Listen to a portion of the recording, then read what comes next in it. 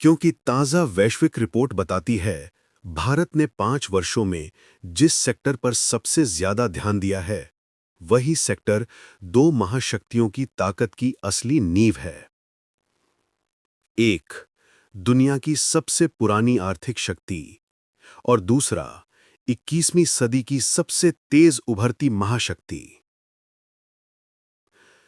Report कहती है, भारत जिस गति से डिजिटल इंफ्रास्ट्रक्चर बढ़ा रहा है, जिस तरह सप्लाई चेन पर उसकी पकड़ मजबूत हो रही है और पूरे देश में नए टेक पोल खड़े हो रहे हैं, अगर ये रफ्तार ऐसे ही रही तो भारत सीधे उन देशों की बराबरी तक पहुंच सकता है जिन्हें दुनिया आज सुपर पावर मानती है।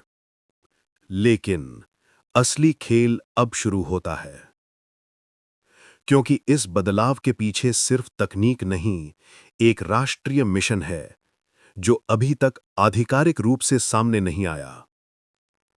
एक ऐसा मिशन जो भारत की वैश्विक स्थिति पूरी तरह बदल देगा। मिशन क्या है? जब सामने आएगा तो दुनिया कैसे प्रतिक्रिया देगी? क्योंकि जो आने वाला है वो इतिहास बदल देगा।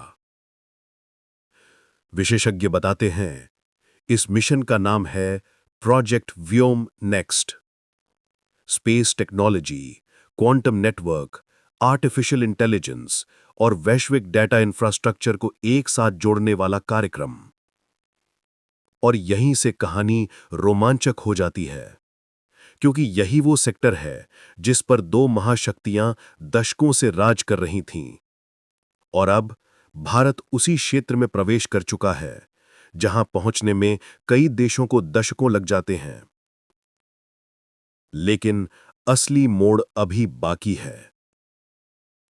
भारत ने चुपचाप अपने रिसर्च सेंटर, स्पेस कॉम्प्लेक्स और साइबर कमांड्स को एक साझा सिस्टम से जोड़ना शुरू कर दिया है। एक ऐसा सिस्टम जो दुनिया की नजर से पूरी तरह छुपा हुआ है। अंतरराष्ट्रीय रिपोर्टें इसे कहती हैं ग्लोबल टेक्नोलॉजिकल रीअलाइनमेंट।